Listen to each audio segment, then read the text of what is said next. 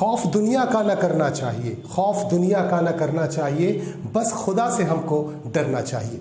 मैं हूं संजय सिन्हा, आप देख रहे हैं खास बात इंडिया। खास बात इंडिया के इस न्यूज़ बुलेटिन में आप तमाम दर्शकों का बहुत बहुत स्वागत। आइए खबरों की तरफ आपको लिए चलते हैं। सबसे अहम खबर की तरफ सबसे पहले हम आपको लिए चलते हैं। यूक्रेन और रूस के बीच युद्ध थमता नहीं दिख रहा और युद्ध लगातार जारी है। इसी के बीच आज भारत में दिल्ली में एक उच्च स्तरीय बैठक बुलाई गई, जिसकी अध्यक्षता प्रधानमंत्री नरेंद्र मोदी कर रहे थे और उन्होंने अपने अधिकारियों से सुरक्षा विषय को लेकर खास तौर से बातचीत की और इस बातचीत के क्रम में कई तरह के फैसले भी लिए। पंजाब में आम आदमी पार्टी की सरकार बनने जा रही है और भगवंत मान होंगे यहाँ के सीएम, यहाँ के मुख्यमंत्री।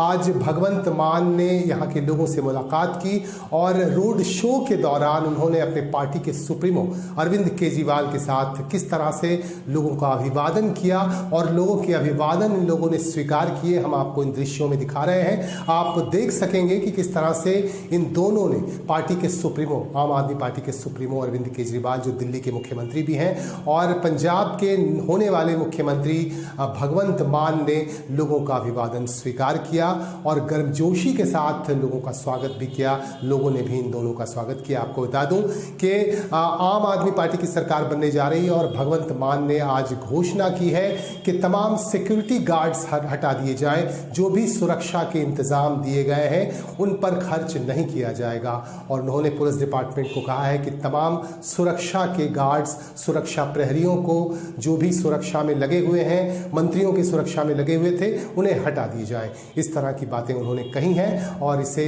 कहा है कि अब से सुरक्षा की कोई खास व्यवस्था नहीं रहेगी और नए तरीके से पंजाब का विकास होगा। आपको हम एक बार फिर से दिखा रहे हैं कि किस तरह से इन दोनों ने यहाँ के लोगों का स्वागत किया।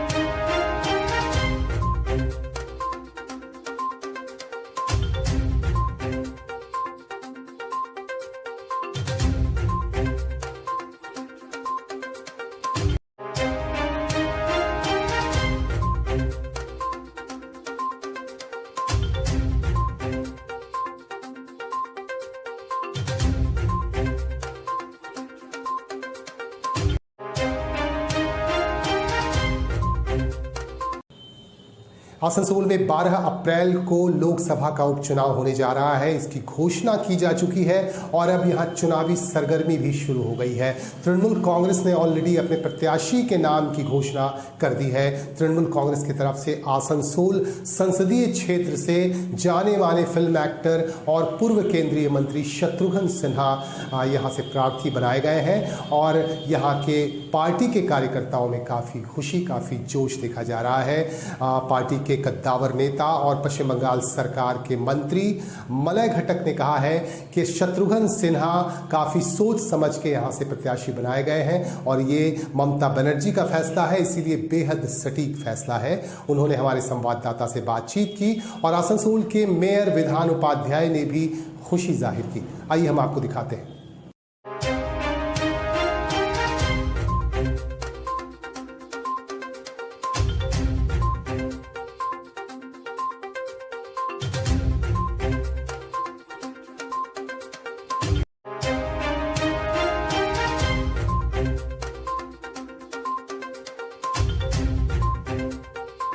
সিনহা ইতিমধ্যে এমপির দায়িত্ব পালন করেছেন।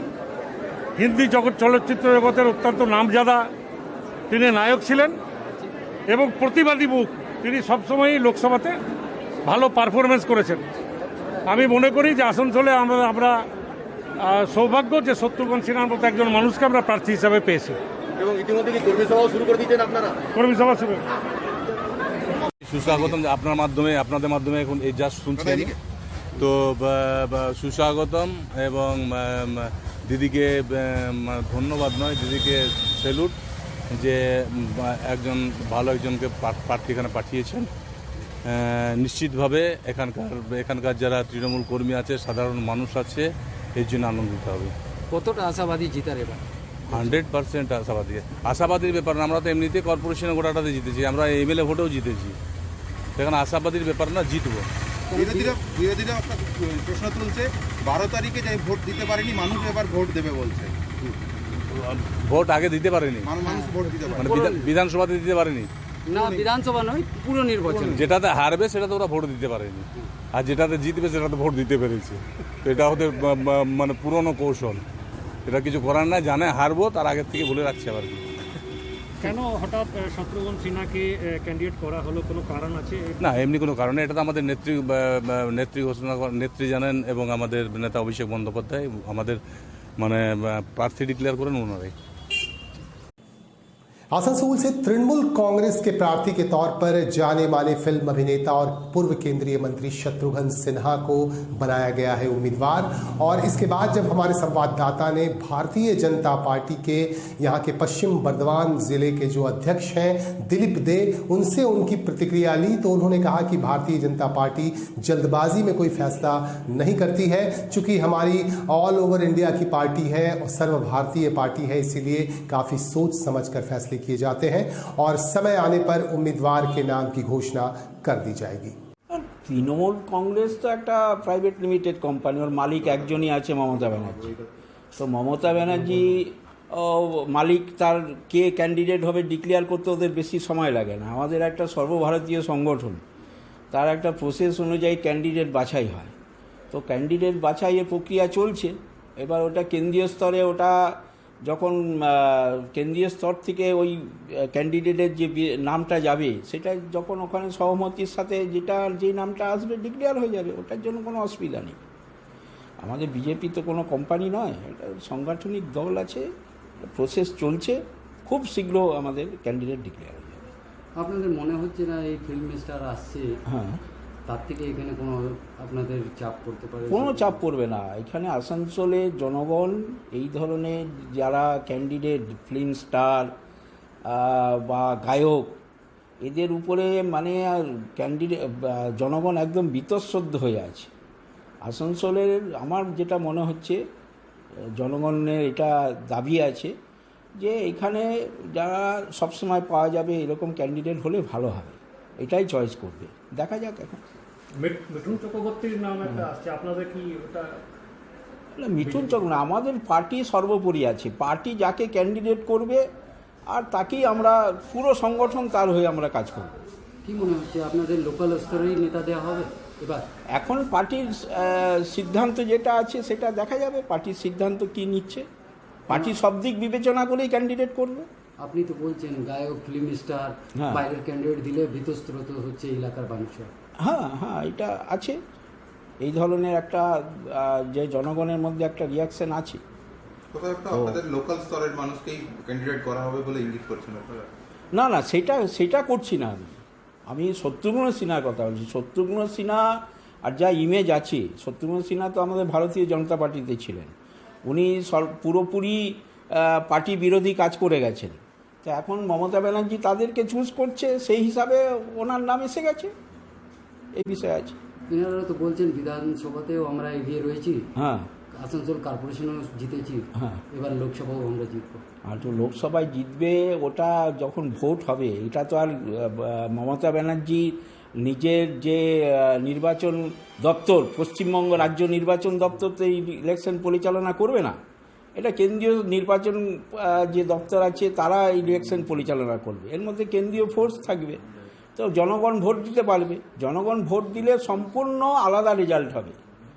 আর এখানে এটা বিজেপির সিট আছে আসানসোল, বিজেপি झारखंड के निरसा विधानसभा क्षेत्र के मुगमा एरिया में इनमोसा का एक दिवसीय कार्यशाला आज नया डांगा के सामुदायिक भवन में संपन्न हुआ और इस कार्यशाला के दौरान कई मुद्दों पर, कई पक्षों पर खास तौर से चर्चा की गई। इस मौके पर मुख्य अतिथि के तौर पर मौजूद थे ईस्टर्न कोलफील्ड्स लिमिटेड के डायरेक्टर पर्सनल जेपी गुप्ता। उनके साथ थे इनमोसा के राष्ट्रीय महासचिव PN मिश्रा और उनके साथ थे मुगमा एरिया के जनरल मैनेजर BC सिंह। इन तमाम अतिथियों का स्वागत किया गया। स्वागत के बाद जब वक्तव्य का क्रम चला तो सभी ने अपने अपने विचार यहां रखे। और साथ देकर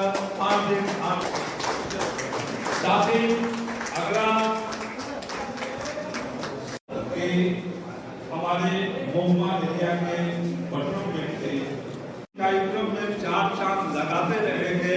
गैर आपकी तालियों की मेहरबानी। हम चाहेंगे कि श्री M चौबे जी परसेंट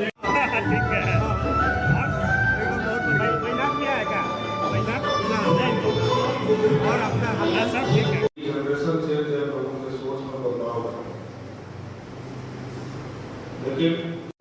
देखिए, ये कोरोना में तो पिछले 2 साल से सब चीज़ें बंद थी, है ना। इस तरह की मास में गैदरिंग, मास में मीटिंग और विचारों का आदान प्रदान, ये एक वीडियो कॉन्फ्रेंसिंग के माध्यम से ही हम लोग कर पाते, तो भी यार लेवल में हर जगह उसकी सुविधा नहीं है। क्योंकि इस तरह के कार्यक्रम हम लोग पहले भी आयोजित करते रहते थे। इससे क्या है कि हमारे जो माइनिंग सरदार ओवरमैन और सार्ट फायरर्स एसोसिएशन है, ये धरातल से जुड़ा हुआ एक एसोसिएशन और ये माइनिंग इंडस्ट्री के लिए रीढ़ है। ये एसोसिएशन देश से जुड़ा हुआ एसोसिएशन है, क्योंकि प्रोडक्शन, प्रोडक्टिविटी, सेफ्टी सब चीज़ जो है इन पर निर्भर है। तो नेचुरली आज का ये कार्यक्रम जो है हमारे जो माइनिंग सरदार सार्ट फायरर ओवरमैन का जो एसोसिएशन है, उनके मोटिवेशन के लिए भी है। इस खाली सिर्फ इस एरिया के ही लोग नहीं जुड़े हैं इसमें, इस कार्यक्रम में टोटल कंपनी के और कंपनी के बाहर से भी लोग आए हैं। BCCL और CCL के भी मेंबर्स जो है इसमें पार्टिसिपेट किए हैं। तो ये एक गैदरिंग है, एक विचारों का आदान प्रदान है और सबसे बड़ी चीज़ है कि एक मोटिवेशन है सबके लिए, ताकि जो आगे जो है कुछ और अच्छा करने का कैसे इम्प्रूव किया जा सके, कंपनी के दक्षता को, कंपनी के प्रोडक्शन, प्रोडक्टिविटी, एफिशिएंसी, सब चीज़ों को कैसे सुधार किया जा सके, इसमें गहन चर्चा होगी और कुछ जो है कुछ कंक्लूड हम लोग करेंगे। धन्यवाद।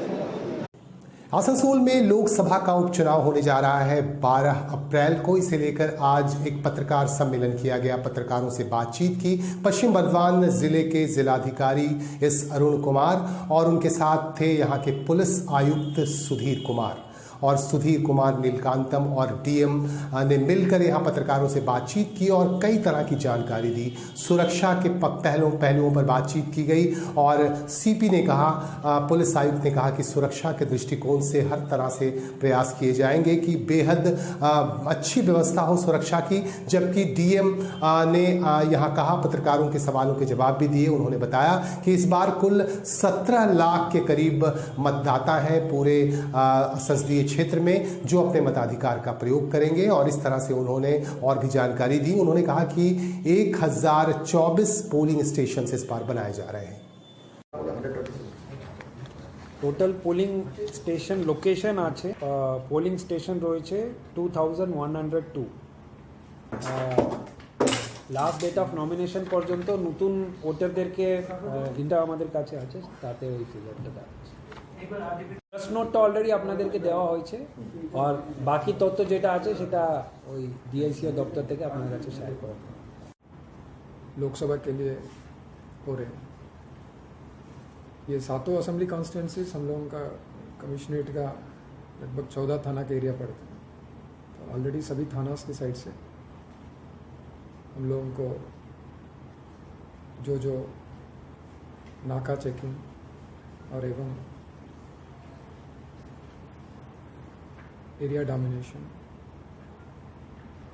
কনফিডেন্স বিল্ডিং মেজার্স এগুলোর উপরে আমরা इसके ऊपर हम लोग काम करना चालू कर दिया और ECI के गाइडलाइंस के मुताबिक वल्नरेबिलिटी मैपिंग, सेंसिटिविटी एनालिसिस और ट्रबल मॉन्गर्स आइडेंटिफिकेशन, ये सब एक्सरसाइजेस चालू किया गया। तो हम आशा रखते हैं कि इलेक्शंस पीसफुली हो जाए। इंग्लिश में चलेगा? हाँ, इंग्लिश में भी चलेगा। अच्छा, कमीशन के तरफ से बाई इलेक्शन का सूची जो है आसनसोल पार्लियामेंट्री कॉन्स्टिट्यूंसी के लिए जारी हुआ है। इसमें 17 मार्च 2022 को डेट ऑफ गैजेट नोटिफिकेशन है और लास्ट डेट ऑफ नॉमिनेशन जो है 24 March, date of scrutiny for nomination है 25 मार्च 2022 और डेट ऑफ विड्रॉवल जो है वो 28 मार्च 2022, डेट ऑफ पोल जो है 12 मार्च 2022 है। और इसमें कोविड के जो नियम हैं वो पालन करके ये होगा। हमारे जो आसनसोल पार्लियामेंट्री कॉन्स्टिट्यूंसी है इसमें टोटल 1027 पोलिंग स्टेशन लोकेशन है और टोटल वोटर का संख्या है 17,34,377 और जेंडर रेशियो है 949 और EP रेशियो है 0.7। आसनसोल लोकसभा उपचुनाव के लिए तृणमूल प्रत्याशी के नाम की घोषणा के बाद से ही पार्टी की तरफ से कार्यकर्ता सम्मेलन शुरू कर दिए गए हैं। आज से ही कई जगहों पर कार्यकर्ताओं के साथ महत्वपूर्ण बैठकें शुरू हो गई हैं, जिसमें यहां के कानून मंत्री और यहां के कद्दावर नेता मलय घटक शामिल हो रहे हैं।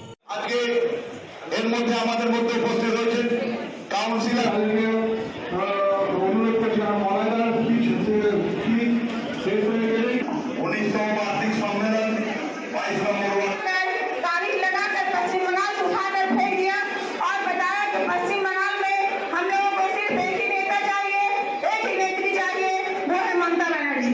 तो उसी तरह से तो वो सिर्फ माँ मानी मारूस कर्मी के MP चाहिए, वो ममता बनर्जी के सैनिक जो हमारा कैंडिडेट होंगे ममता बनर्जी का। যে কয়েকদিন আগে আমাদের ভারতবর্ষের 5টা রাজ্যে ভোট হয়ে গেছে। এই 5টা রাজ্যের মধ্যে 4টে রাজ্য ছিল বিজেপির দখলে আর একটি ছিল কংগ্রেসের দখলে।